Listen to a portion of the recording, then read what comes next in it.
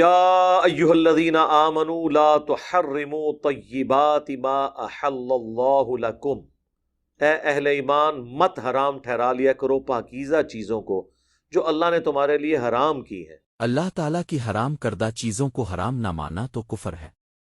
اور مرضی نے یہاں یہ کہا ہے کہ اللہ تعالیٰ کی حرام کردہ چیزوں کو حرام مت ٹھہراؤ، یہ تو کلمہ کفریہ ہے۔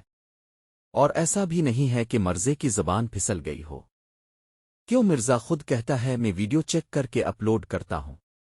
آٹو چیک کرتے وقت مرزا ٹن تھا، یہ ٹن کا ورڈ خود مرزا دوسروں کے لیے استعمال کرتا ہے۔ اگر چیک کرنے کے بعد بھی اس طرح کی غلطی کر جائے تو ہم کیا سمجھیں؟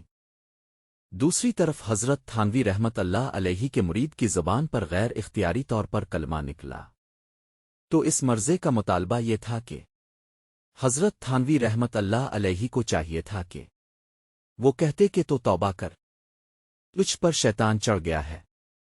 کیا مرزا اپنے لیے بھی کسی ویڈیو میں آ کر کہے گا کہ میں توبہ کرتا ہوں، مجھ پر شیطان چڑھ گیا تھا اس لیے کفریہ ترجمہ کر بیٹھا؟ پھر مرزا اکثر یہ بھی کہتا ہے کہ کلمات کفریہ کہنے سے نکاح ٹوٹ جاتا ہے۔